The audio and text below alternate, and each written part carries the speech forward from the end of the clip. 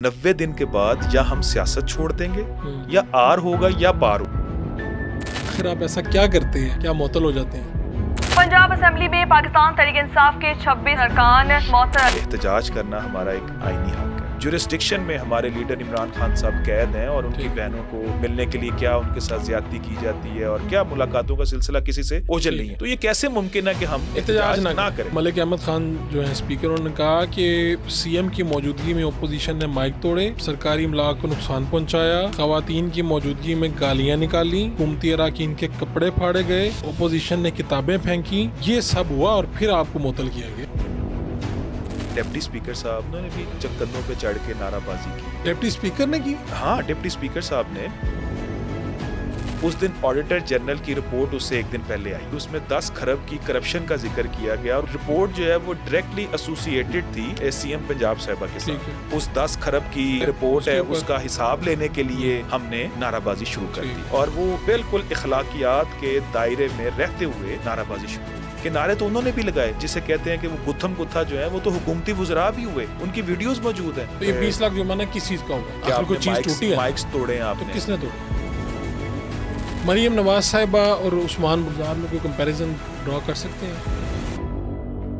पाकिस्तान तहरीक इंसाफ के वज़ीर आला केपी हैं, गंडापुर साहब लाहौर तशरीफ लाए। ये क्या मीटिंग थी और इसमें फिर आलिया हमजा को नहीं बुलाया गया? जो खान साहब ने 5 अगस्त की कॉल दी है, पंजाब में कोई माहौल ऐसा नजर आ रहा है कि ऐसी कोई तहरीक चलेगी जिसके नतीजे में इमरान खान रिहा हों? बिस्मिल्लाहिर्रहमानिर्रहीम। आपने टीवी पे बहुत ज़्यादा ये खबरें सुनी होगी कि 26 अरकान को मुअत्तल कर दिया गया या फिर अब आगे इनकी कोई मेंबरशिप ख़त्म कर दी जाएगी पंजाब असम्बली के वो अरकान। ये ओपोजिशन के लोग थे, एहतजाज कर रहे थे। क्या हुआ उस दिन ऐसा कि फिर स्पीकर पंजाब असम्बली ने ये फैसला किया कि इन लोगों को इनकी रुकनीत फ़ारिग कर दी जाए? उसके लिए सेशन भी हुए मुख्तलिफ, लेकिन असल उस दिन क्या हुआ, ये सारी बातें पूछने के लिए आज हमने मदऊ किया तैयाब राशिद सिंधु साहब को, जो मेंबर सूबाई असम्बली हैं, एक पढ़े लिखे नौजवान हैं। जनाब, बहुत शुक्रिया आपका, आज आप तशरीफ़ लाए। मैं ये जो बातें मैं कह रहा था ना कि मेरे जहन में भी था कि यार आखिर क्या हुआ ऐसा, और आप तो इस हवाले से थोड़ा सा मैं बता भी दूं कि दूसरी मरतबा आपके साथ ये वाक़या पेश आया है। जी बिल्कुल, आप हमारे पुराने दोस्त हैं, लेकिन ये वाकई पहला सवाल तो यही है कि आप ही क्यों? पहले मतलब आप हुए थे 15 सेशंस के लिए मुअत्तल, जी जी, अब 15 सिटिंग्स के लिए। जी जी। तो आप, बाकी लोग तो हैं ही हैं, मैं पहले आपसे ज़ाती सवाल पूछ रहा हूँ कि आखिर आप ऐसा क्या करते हैं, क्या मुअत्तल हो जाते हैं? बिस्मिल्लाहिर्रहमानिर्रहीम। पहले तो फ़रूख भाई आपका बहुत शुक्रिया, आपने मदऊ किया। देखिए, मैं ये समझता हूँ कि जिस हालात से हमारी पार्टी, हमारी लीडरशिप गुजर रही है, ये एक बड़ी अनऑर्थोडॉक्स सिचुएशन है।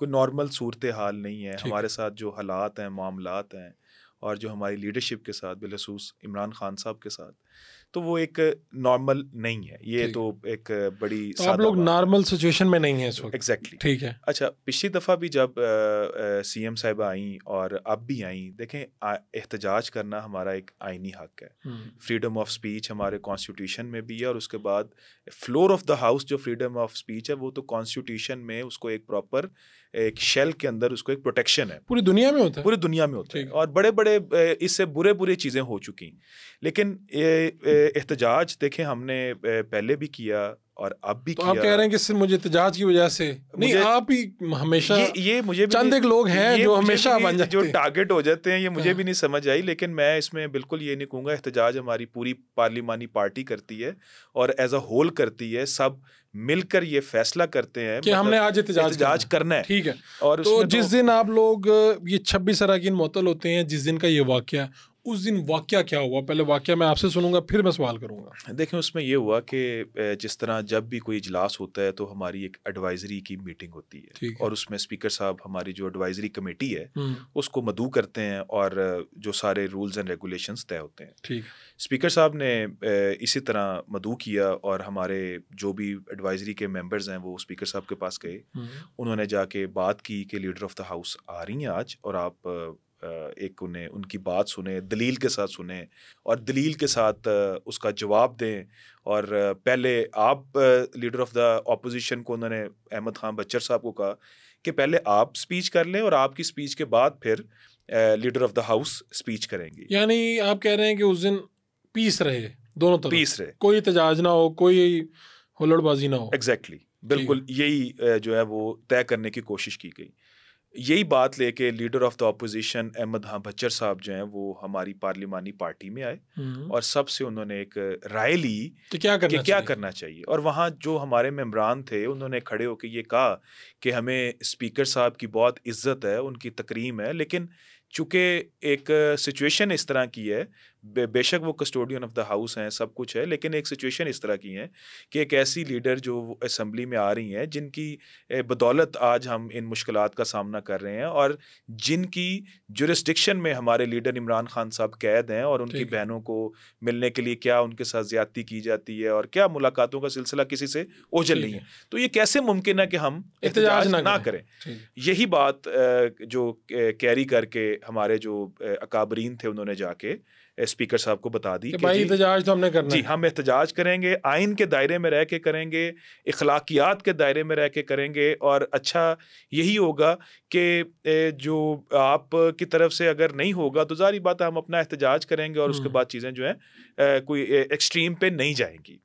और इसी तरह फिर जब लीडर ऑफ द हाउस ने अपनी स्पीच का आगाज़ किया, और उस दिन एक और चीज़ बड़ी अहम थी फ़ारूक साहब, कि उस दिन ऑडिटर जनरल की रिपोर्ट उससे एक दिन पहले आई। अच्छा। और जब वो ऑडिटर जनरल की रिपोर्ट आई उसमें 10 खरब की करप्शन का जिक्र किया गया, और उस करप्शन का जिक्र किया गया जिसका कोई हिसाब देने को तैयार नहीं था। ठीक है, उसी दिन ही रिपोर्ट आई थी, उससे एक दिन पहले ये रिपोर्ट आई, और उसकी एक दिन बाद, और वो रिपोर्ट जो है वो डायरेक्टली एसोसिएटेड थी सीएम पंजाब साहिबा के साथ। ठीक है, तो जब वो रिपोर्ट आ रही है और उसके बाद वो आ रही हैं, और जिस तरह मैंने पहले बयान किया, एक बुरा माहौल बन गया। एक बुरा माहौल था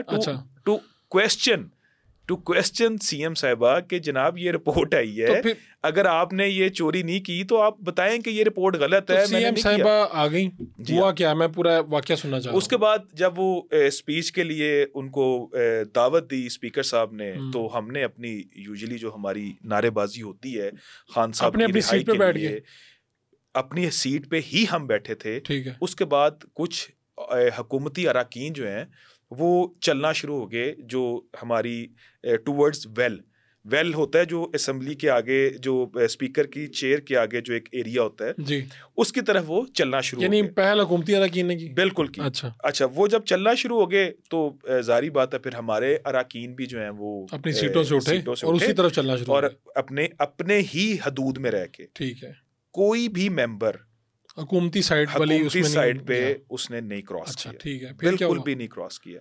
और उसके बाद एक नॉर्मल नाराबाजी शुरू होगी, और खान साहब की रिहाई के लिए सीएम अपनी स्पीच कर रही हैं, और हम लोग जो हैं वो खान साहब की रिहाई के लिए उस 10 खरब की जो रिपोर्ट है उसका हिसाब लेने के लिए हमने नाराबाजी शुरू कर दी, और वो बिल्कुल इखलाकियात के दायरे में रहते हुए नाराबाजी शुरू होगी। चंद मिनट बाद, या आप कह लें कि कुछ वक्त जब गुजरा, तो हुकूमती वुज़रा जो हैं उन्होंने आके हमारे सामने खड़े होना शुरू हो गए, और उसके बाद उनके कुछ वुज़रा आए जिन्होंने आके प्रॉपर जो जिसे कहते हैं कि वो बॉडी इंगेजमेंट शुरू की हमारे अराकीन के साथ। ठीक है, यानी पहल उधर से हुई? जी बिल्कुल, बिल्कुल पहल उधर से हुई, और उसके बाद जो है फिर वो माहौल जो है वो गर्म होता रहा, लेकिन किसी ने किसी के साथ कोई, जिसे आप ये कहें कि बदतमीजी नहीं की, किसी ने किसी के साथ। आपके ऊपर जो इल्जामात हैं चूंकि साबित नहीं हुए, जी मलिक अहमद खान जो है स्पीकर, उन्होंने कहा कि सीएम की मौजूदगी में ओपोजिशन ने माइक तोड़े, सरकारी इमलाक को नुकसान पहुंचाया, ख़वातीन की मौजूदगी में गालियां निकाली, हुकूमती अराकीन के कपड़े फाड़े गए, ओपोजिशन ने किताबें फेंकी, ये सब हुआ और फिर आपको मुअत्तल किया गया। देखिए, मैं स्पीकर साहब की बहुत इज़्ज़त करता हूँ क्योंकि हमारे लिए वो कस्टोडियन ऑफ द हाउस हैं, इर्रेस्पेक्टिव कि उनका ताल्लुक किस पार्टी के साथ है, because he is a very law knowing person, एक पढ़े लिखे, एक बड़े मुदब्बर हैं, और मैं उनकी इज़्ज़त इस वजह से करता हूँ कि उन्होंने हाउस ऑफ कॉमन्स की तर्ज पे और नेशनल असम्बली की तर्ज पे पहली दफ़ा कमेटी सिस्टम को एम्पावर किया, उनको बड़ी इज्जत दी, और अपोजिशन को भी उन्होंने एक ब्रीदिंग स्पेस दी। इस बात से मैं बिल्कुल एग्री करता हूँ।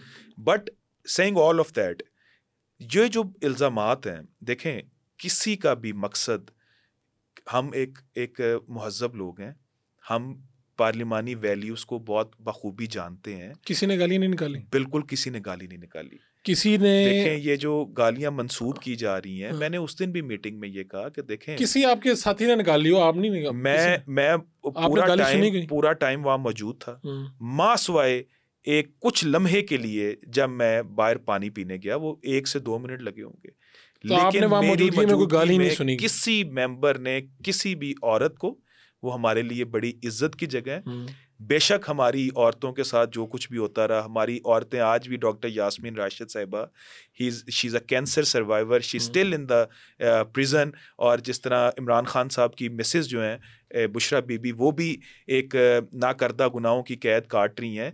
बेशक हमारी औरतों के साथ जो भी होता हो, लेकिन हमारी आलिया हमजा साहिबा जेल में रह के आई, उन्होंने एक बड़ी स्ट्रगल की, लेकिन फिर भी मैं कहता हूँ कि हमारी जो तरबियत है वो ये है कि हमने औरत के साथ बदतमीजी या गाली नहीं निकाली। फाइन कितना हुआ आपको? फाइन जो हुआ वो हमारे 10 मेंबरान हैं, उनको 20 लाख से जायद जो है वो फाइन किया गया। पर्सन? नहीं हाँ, टोटल जो 20 लाख कहा कि जो तो ये 20 लाख जुर्माना किस चीज का हुआ है? क्या आपने माइक्स तोड़े हैं आपने? तो किसने तोड़े?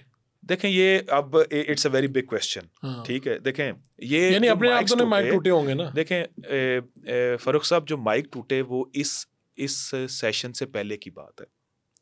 वो माइक जो टूटने वाला इंसिडेंट है वो उस दिन होता है जिस दिन जो वो मंसूब कर रहे हैं, जिस दिन फाइनेंस मिनिस्टर साहब की स्पीच थी, उस दिन टूटे थे। उस दिन वो कहते हैं कि तोड़े गए। ठीक।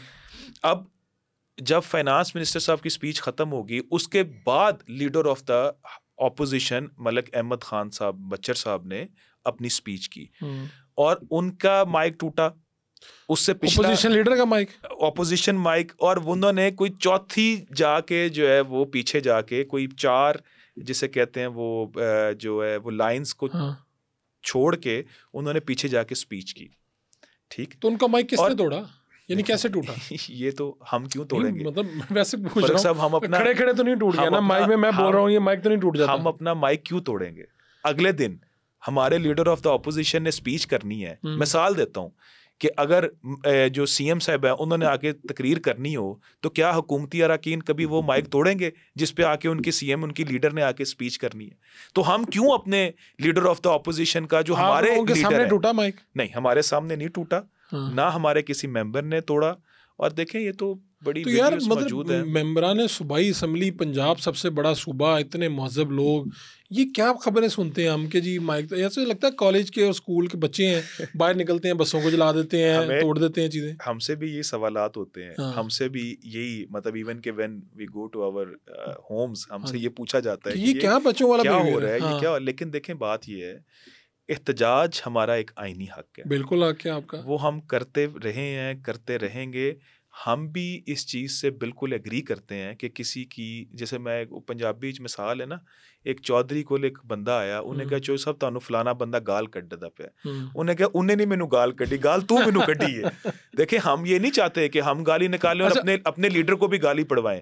ठीक है, आप कह रहे हैं गाली देंगे तो गाली तो डेफिनेटली वो तो फिर ये बताएं कि ये आपको एक तो उन्होंने इन पर्सन बुलाया, जी, तो उसमें क्या कहा स्पीकर साहब ने? आप 26 लोगों को क्या कहा? देखिए उन्होंने जो आईनी दरख्वास्तें हमारे खिलाफ आई, जो हमारे हुकूमती अरकान ने आईनी दरख्वास्तें दी कि इन लोगों ने अपने हल्फ की खिलाफवर्जी की है, इनको इस असम्बली की मेंबरशिप खत्म की जाए, जी, इनका कोई हक नहीं है यहाँ रहने का। आप 26 उन लोगों में हैं, ठीक है। लेकिन स्पीकर साहब ने बड़ी अच्छी बात की, उन्होंने कहा दी वी आर नो वन, आप लोगों को आपके हल्के की आवाम ने यहाँ भेजा है और आप बड़े बाइज्जत लोग हैं आप, लेकिन हमें इस जो असम्बली का माहौल है वो बिल्कुल एक ऐसा ही बनाना चाहिए कि जिसमें हम सारे लोग बाइज्जत लगें, और हमें भी देखें कोई शौक नहीं है कि हम फजूल में एहतजाज करें, फजूल में। पहले कोई मिसाल मिलती है लोगों को निकाला गया हो एहतजाज के ऊपर, असम्बली की मेंबरशिप पूरी दुनिया में नहीं मिलती, पूरी दुनिया के किसी कानून में नहीं मिलती। मतलब पूरी दुनिया में देखें ये जो कॉन्स्टिट्यूशनल असम्बली या पार्लियामेंट सिस्टम है, ये तो चलें इतना पुराना नहीं होगा,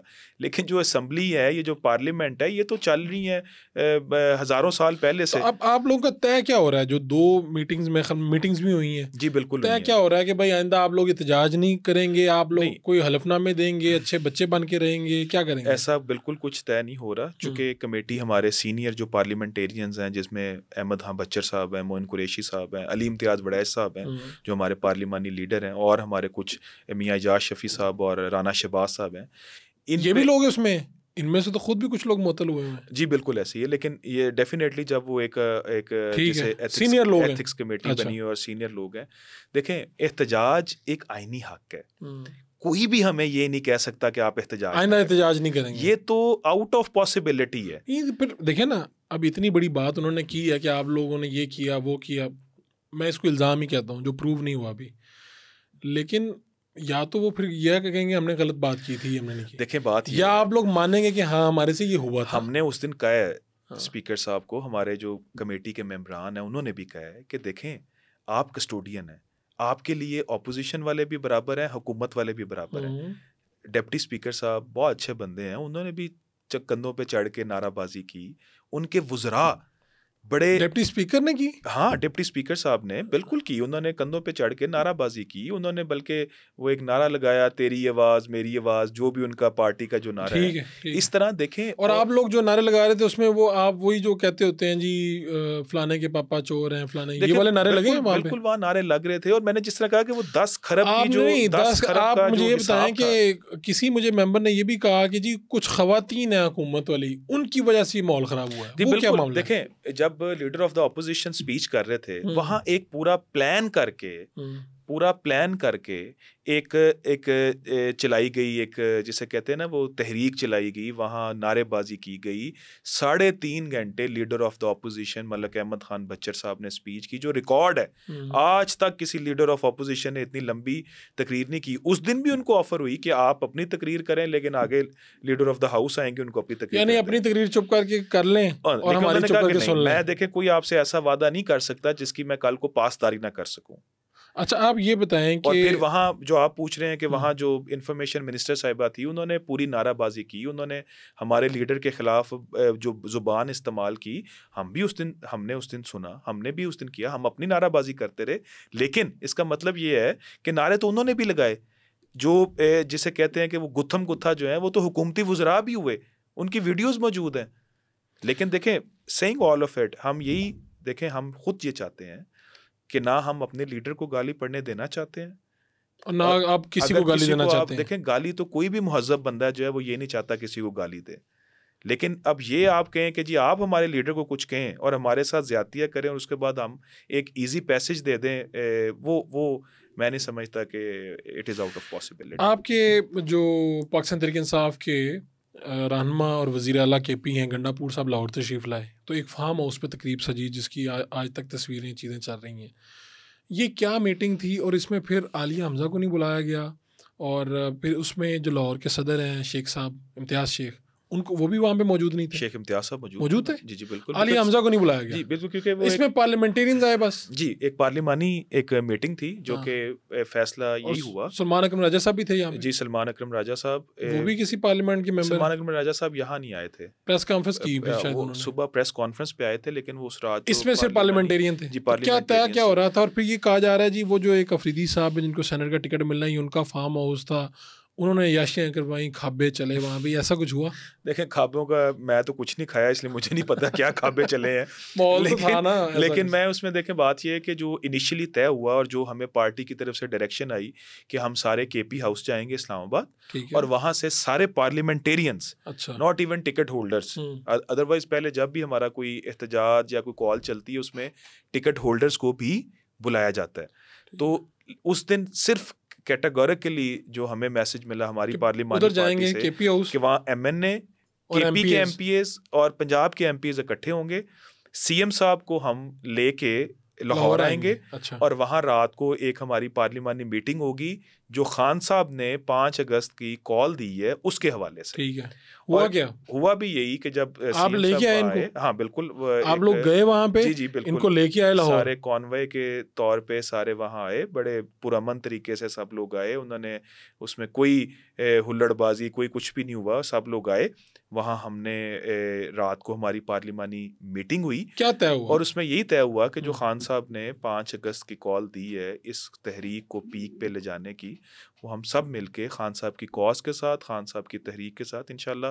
तो आप सब लोगों ने मशावरत से राय दी जिसके नतीजे में फिर गंडापुर साहब ने ये सारी बातें की? जी बिल्कुल ऐसे ही है, बिल्कुल। तो इसका मतलब गंडापुर साहब जो कह रहे हैं उसके पीछे तो पूरा मैंडेट है? नहीं, जो गंडापुर साहब ने एक बात की 90 दिन की। हाँ।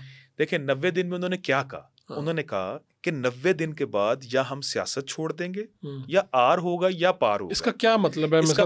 इसका मतलब डेफिनेटली यही है कि वो एक अपनी, देखें वो he himself is a politician, Imran Khan के साथ उनका बड़ा एक पुराना ताल्लुक वास्ता है। उन्होंने बिल्कुल भी ये नहीं कहा कि जो 5 अगस्त की कॉल है हम उसको नहीं कर रहे।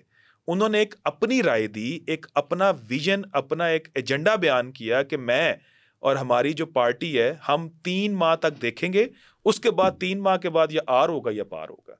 उसमें हम सोचेंगे सियासत करनी है जी बिल्कुल। उन्होंने कहीं उसको ये चीज जो है निगेट नहीं की कि 5 अगस्त का सबकी मुशावरत से ये 90 दिन का अल्टीमेटम तय हुआ। नहीं, 90 दिन का अल्टीमेटम डेफिनेटली उनका अपना एक फैसला दिया था, लेकिन हम लोग ऐसी कोई चीज पार्लियामेंट्री पार्टी में तो तय नहीं हुई। बिल्कुल 5 अगस्त का जो खान साहब की तरफ से है, देखें दिस इज प्राइम और बाकी सारी चीजें सेकेंडरी। तो अब 5 अगस्त को क्या होगा? एहतजाज होगा? जी बिल्कुल। 5 अगस्त को जिस तरह खान साहब ने कहा कि उनकी रिहाई को 700 दिन मुकम्मल हो जाएंगे, सॉरी उनकी जो कैद है, एक सॉलिटरी कन्फाइनमेंट है जो मैं कहूँगा। आपको कोई माहौल नज़र आ रहा है? आप देखें, आप एक स्टूडेंट भी हैं, सियासत के MP भी हैं, पंजाब में कोई माहौल ऐसा नज़र आ रहा है कि ऐसी कोई तहरीक चलेगी जिसके नतीजे में इमरान खान रिहा होंगे? देखें ये एक बहुत बड़ा, मैं समझता हूँ कि एक जो है एक ब्रेक थ्रू है कि गंडापुर साहब लाहौर आए हैं, उन्होंने एक पार्लिमानी मीटिंग की है और उसके बाद उन्होंने सारे MPAs MNAs को एक छत के नीचे इकट्ठा किया है और उसका मकसद यही था कि एक तहरीक चले।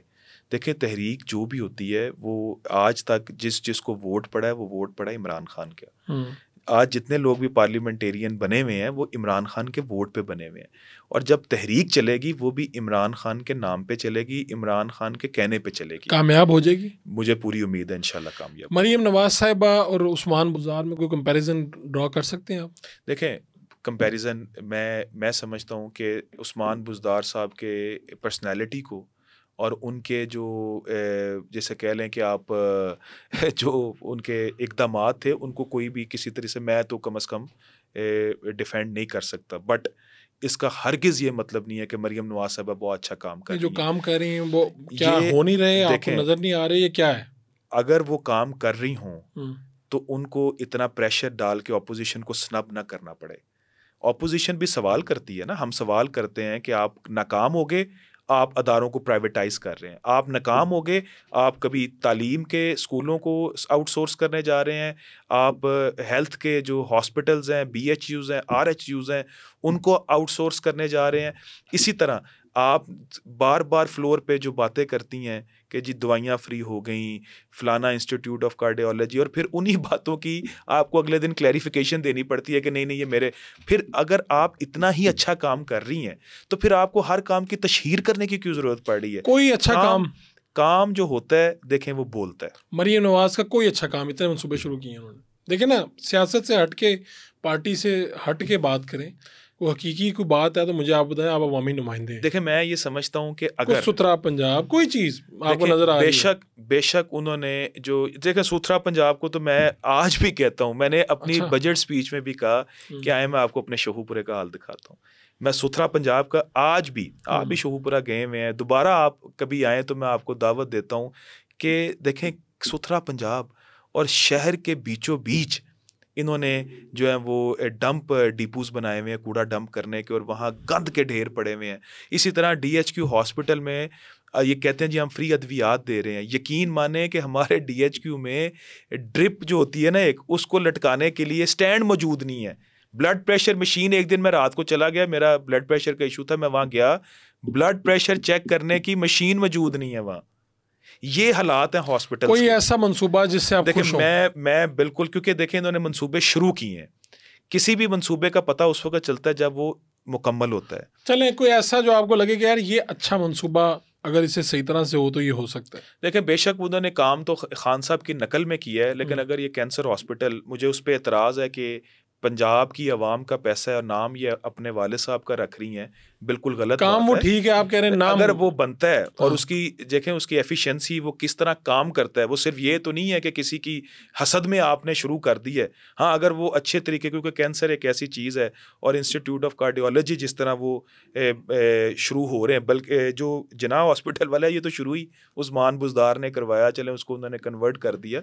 लेकिन ये है कि अगर ये चीज़ें बेहतरी की तरफ जाती हैं तो नो डाउट देखें अगर पंजाब में कुछ बेहतर होगा, लोगों को उनकी दहलीज पे, उनकी बेसिक जो नेसेसिटीज़ हैं वो मिलेंगी तो हम पागल तो नहीं है ना किसी को बुरा भला कहेंगे। तो ये जो जिस सीट से आप असम्बली पहुंचे हैं, आप जो मुस्लिम लीग नून के सीनियर रहनुमा जावेद लतीफ़ उनके भाई को शिकस्त दे के पहुंचे हैं। जी बिल्कुल ऐसी है। और जावेद लतीफ़ साहब इसी सीट पे ऊपर कौमी असम्बली के उम्मीदवार थे, वहाँ से वो हारे। जी दुरुस्त है। वो कहते हैं भी लोगों ने पैसे लेके मुझे हरवाया है और मेरे साथ उस दिन इस्टेब्लिशमेंट का ही वो तकरीबन कहते हैं कि मुझे उन्होंने फारिग करवाया वहाँ से। अब आप बताएं कि वाकई इस्टेब्लिशमेंट उनको नहीं चाहती थी कि असम्बली में पहुँचे। देखें सादा सी बात है, मुझे नहीं पता कि इस्टेब्लिशमेंट चाहती थी या नहीं चाहती थी। 3 बयानिए वो बदल चुके हैं। पहले उन्होंने इल्ज़ाम लगाया एक वहाँ कारोबारी शख्सियत है उन पे इल्ज़ाम लगाया, उसके बाद उन्होंने उन्हीं के पार्टी के एक वज़ीर हैं उन पे इल्ज़ाम लगाया, राना तनवीर साहब। उसी के बाद उसके बाद उन्होंने इस्टेब्लिशमेंट के लोगों पे इल्ज़ाम लगाना शुरू कर दिया। मैं समझता हूँ देखें 15 साल बाद जो हार है ना वो यकीनन आपको बहुत तकलीफ़ देती है, लेकिन 100% ये एक रेफरेंडम था उनके ख़िलाफ़ जो 15 साल शोहपुरा में उन्होंने ज़्यादतियाँ की, जो शोहपुरा के लोगों के साथ उन्होंने ज़्यादती की। और देखें बंदा 15 साल MNA रहा हो, वज़ीर रहा हो और आपके शहर आज भी एक बदतर सूरत हाल हो आपके शहर की, आप शहर में प्रोजेक्ट शुरू करवा दें शोबदाबाजी के लिए और वो आज तक पूरे ना हो। मैं आपको दिखाता हूँ कि वहाँ एक अंडरपास है, 3 साल से लोग वहाँ परेशान हैं। एक रोड है जो कनेक्ट करता है मोटरवे को जंडियाला रोड से, वहाँ पिछले दिनों बेल्जियम के सफ़ीर गए, उन्होंने फटाफट बेड बना के रोड बना दिया। यकीन माने 7-7, 6-6, 7-7 फुट के खड्डे पड़े हुए हैं उस रोड पे। हुकूमत भी इनकी है लेकिन इन्होंने वो आज तक वो मंसूबे पूरे ना करा सके। देखें इस्टेब्लिशमेंट के साथ तो आप खुद साख्ता एक इख्तलाफ बनाते हैं तो हुकूमत तो आपकी है।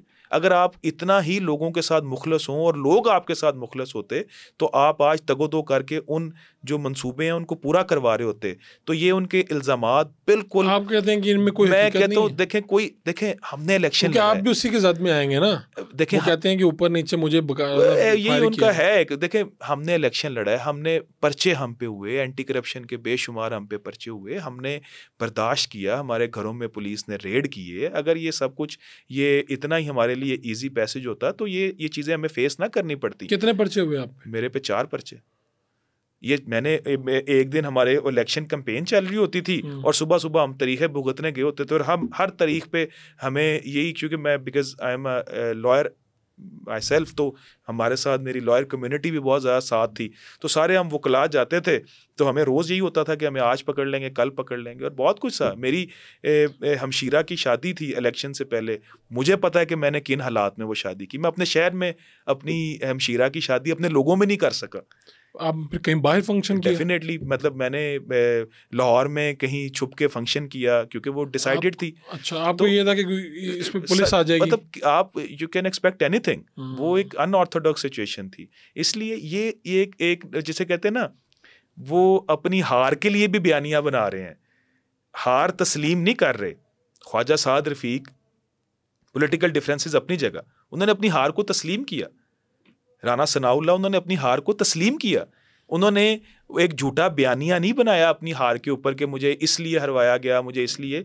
तो मैं समझता हूँ कि वो एक्सपेक्ट नहीं कर रहे थे, लेकिन शोहपुरा की आवाम ने एक रेफरेंडम उनके ख़िलाफ़ किया और उन्होंने इमरान ख़ान को वोट दिए। इमरान ख़ान से उससे पहले जब इलेक्शन हुआ है, जब एक ज़िमनी इलेक्शन था, ये जावेद लतीफ़ साहब भी जो इलेक्शन लड़ रहे थे उनके साथ दिन रात कैंपेन कर रहे थे। 17,000 की लीड से उस वक्त आ रहे थे। तो ये जो अभी ज़िमनी इलेक्शन हुआ जिसमें राना तनवीर साहब के दामाद जीते, जी, क्या वो ठीक इलेक्शन था? बिल्कुल नहीं ठीक था। नहीं ठीक था, बिल्कुल ठीक नहीं था। क्या उसमें आप कह रहे हैं हुकूमती मशीनरी बिल्कुल इस्तेमाल हुई? हुकूमती मशीनरी इस्तेमाल हुई। वहाँ पुलिस ने जो है वो जिसे कहते हैं कि वो पोलिंग स्टेशन से पोलिंग एजेंट्स को बाहर निकाला, जिस तरह संबड़ेयाल में हुआ। सुबह से लेके शाम तक पोलिंग एजेंट्स को 3-3 घंटे के लिए बाहर निकाल देते थे। अंदर क्या हो रहा है किसी को पता ही नहीं। तो आप कह रहे हैं शफाफ इलेक्शन नहीं था वो? बिल्कुल भी नहीं था। और राना तनवीर साहब जो जनरल इलेक्शन जीते हैं वो ठीक है? पूरे पाकिस्तान का इलेक्शन जो है वो उसकी क्रेडिबिलिटी शेक है। मैं गया हूँ, जो हमारा सर्वे था उसमें जावेद लतीफ़ साहब की पोजीशन वही थी जो हुआ बाद में। जी। राना तनवीर साहब के हालात ऐसे नहीं थे। नहीं, मेरा नहीं ख्याल कि वो भी अच्छा? इलेक्शन ठीक हुआ है, क्योंकि देखिए उसमें जो हमारे कैंडिडेट थे अली असगर मंडा साहब, उनको उन्होंने उनके भाई को जेल में पकड़े रहे, वो पाकिस्तान बेचारे नहीं आ सके इलेक्शन लड़ने के लिए, बाहर बैठ के इलेक्शन लड़ा, तो वो आ ही नहीं सके, उनकी फैमिली को निकलना पड़ा। तो क्या आप इसे प्री पोल रिगिंग नहीं कहेंगे? ठीक है, बहुत शुक्रिया आपका, और अब इस अज़्म के साथ कि दोबारा आप मुअत्तल नहीं होंगे, कि होते रहेंगे। देखें बात ये है, आखिर में सिर्फ आपसे 1 मिनट लूँगा। आर्टिकल 66 है कॉन्स्टिट्यूशन का, वो हमें फ्रीडम ऑफ स्पीच देता है on the floor of the house. हम किसी को गाली नहीं देना चाहते, लेकिन हमारी इस बात को समझा जाए। हमारा स्पीकर साहब से कोई इशू नहीं है, हमारा इशू है पंजाब की हुकूमत से। हमें इस बात हमारी समझा जाए कि हमारा लीडर इमरान खान जेल में है, उनकी बीवी जेल में है, उनकी हमशीरा जो हैं उनको मिलने की इजाज़त नहीं दी जाती। इन हालात में अगर सीएम पंजाब आएंगी तो हम, जिस तरह मैंने पहले कहा, हम अपनी इखलाकियात जो हमने पहले भी नहीं छोड़ी, अब भी इखलाकियात के दायरे में रह के हमें एहतजाज करने का पूरा हक है। आपकी वजह से रेगुलर वो असम्बली में नहीं आती, आप लोग इतना शोर मचाते हैं, रेगुलर वो नहीं, इसलिए वजह से तो वो आए, अगर वो आएंगी, हमारी जो पंजाब के रियल इश्यूज हैं उनको बैठ के आके सुने, ताकि उन्हें पता चले कि पंजाब में हो क्या रहा है। तो अगर वो जब आके सुनेंगी ना, तो फिर शायद उनको भी एक साल बाद ये कुछ फेस ना करना पड़े जो उन्हें फेस करना पड़ता, और फिर उनसे ये बर्दाश्त नहीं होता, क्योंकि उनको बर्दाश्त नहीं होता। इसी तौर पे स्पीकर साहब फिर जो है ये सारा हम पे जो है वो गुस्सा निकालते हैं। बहुत शुक्रिया आपका जनाब, थैंक यू वेरी मच।